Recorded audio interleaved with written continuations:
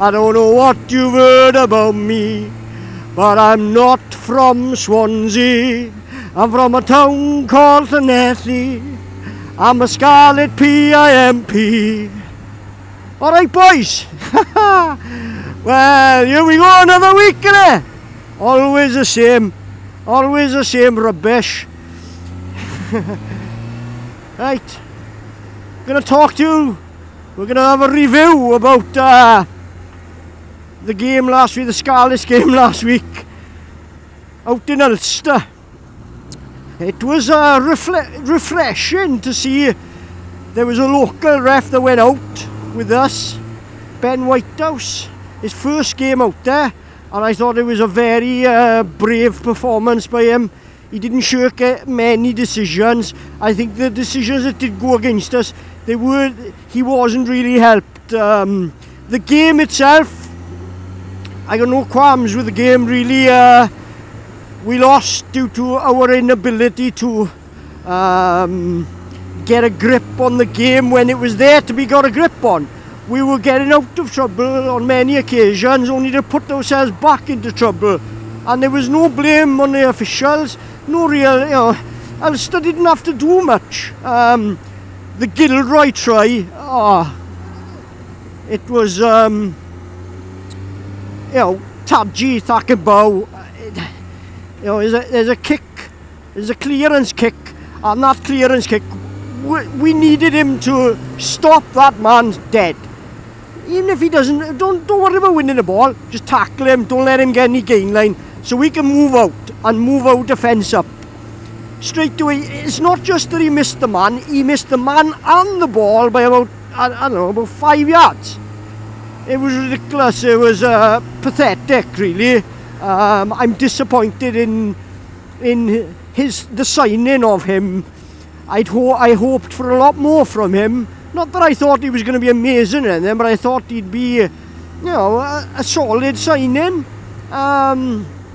We've got academy players that could probably do a better job than him, and RFC players. Oh, here we go, the sun. So. Yeah, the game, it was ebbing and flowing. When you look back at the mistakes we made in that game, considering we only lost by 5 points, that you gotta marry those two factors up, and you can't help but come to the conclusion that really, well, if we'd have cut out the silly mistakes, we should have won. We should have won it. So, but once again, the game was, no matter what happens, the game went on and the game happened, and we could have won it, but we didn't. That wasn't really the main talking point, was it? Once again, we've got the officialdom, or whatever you want to call it. I tell you, this league, I'm sick of saying it. I sound like a blooming parrot saying it.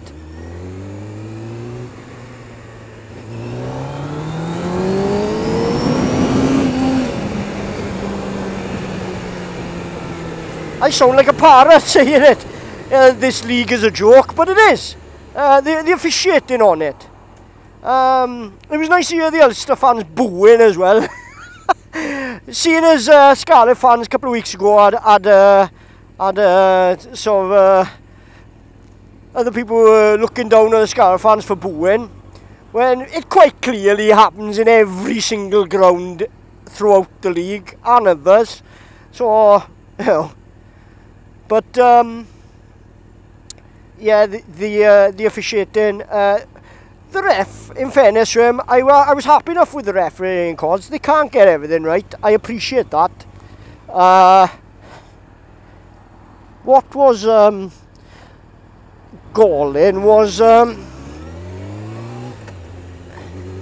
it's not so much what happened while well, there was one thing on the pitch, but the first instance I'm going to bring up then, rather than babbling on, is Nick Williams. He now, whether or not you say it's fair or not, that's not what I'm about to debate here. That's not. I'm not debating whether what he did was wrong or what he did was right. What I'm debating here is the precedent. Now, Ulster fans can come and tell me there's nothing wrong with what he did. That's your opinion. So how do you explain then Jake Ball having a fortnight's ban for the same thing? In fact, what Jake Ball did against Munster a season or so ago wasn't as severe as that, because Jake Ball stayed on his feet. And that's all he did, was went into a ruck and his head collided with another player's head. It wasn't a headbutt, it was a collision of heads. He was rucking and there was a collision of heads. It happens now and again. It's unfortunate, but it does happen. But Jake Ball got a fortnight's ban for it. Now, Nick Williams has flown in there with a shoulder, but when he's hit the shoulder, he's off his feet. He's looking to fly through that ruck off his feet. That for me was a decision. But you won't get Nick Williams now getting cited for it, even though it's worse than what Jake Ball had. He was cited for something less. Okay, so there's that one. But then there's another instance, and this is where it gets really now, and this is where the evidence stands up here now as to why Welsh regional fans are saying, I'm not saying the league is a joke, I'm saying it's corrupt. It is blatantly corrupt, okay? Because you had Barkley has caught the ball off the back of a line out, gone to set up at the back of the mall as the ball carrier, okay? And number 8 for Ulster, Roger Wilson has come through and put a haymaker on his nose, smacked him in the nose. Barkley has gone down, held his face and placed the ball back, and he was looking to drive on behind the rolling wall, but all of a sudden he's on the floor, and he's like, he's trying to put the ball back first and not worry about the smack in the nose he's had, right? So the referee appeals to his TMO, and this is where it is. It's not about now. He's making it clear here now. We're not dealing with a league and officials that are corrupt, because it's also here now about the television match of the television companies being in on this then, because when the referee Ben Whitehouse asks to see it, they show him the first angle, which doesn't, from behind the posts. Why they picked that angle when the first obvious angle was from the stand, facing the incident, side on? But they chose to show an incident that was from behind the posts, right?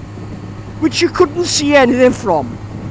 They show that first, and they're just about to show the second angle, which is from the side. And Ben Whitehouse happens to say, after watching the first angle, well, there's not much I can see from there. That's all he says, right? He says, there's not much I can see from there, meaning that first angle, I can't see much from that, right? They're just about, they've played a couple of seconds of the second angle, and as soon as the TMO hears Ben Whitehouse say that, he cuts it. He cuts it off, and that second angle was the definitive angle that shows that Wilson punches Barkley on the nose. And not to mention that he's in from the side and offside as well, right? It's blatant foul play, okay? Now, time and time again, Irish players are getting away with this, and this is why this is what tells me this league, it's corrupt. They are obviously operating under a separate set of laws to what the Welsh players, regional players are. And I know, when I say Welsh, I mean playing for Welsh clubs. That's what I mean. I don't mean Welsh players in particular. There seems to be a clear, and that's why I was happy with the fact that Ben Whitehouse, one of our local refs, went out there and wasn't afraid to give a fair account of himself, because it was his first game, and credit to him, that was his first game. But you know, he didn't have a chance really with the corrupt nature of the TMO and the BBC Northern Ireland. Oh, I should have heard them in the half time giving their talk. You could swear there was only one team on the pitch, and the reason, and when they were 13-6 down at half time. Now the Scarlets, they were, you know, they were responsible for their own downfall really. The incident where Cub mouths off at the ref. I'm sorry, I don't agree with that. And I'm being consistent here because once again we still haven't heard anything from Muldoon about the Muldoon incident. That hasn't been called up. So, you know, week in, week out, Irish players are getting away with murder. They can do whatever they like and punch and kick and gouge. They can do whatever they like. They're a law unto themselves, and it'll just be turned a blind eye to all the time.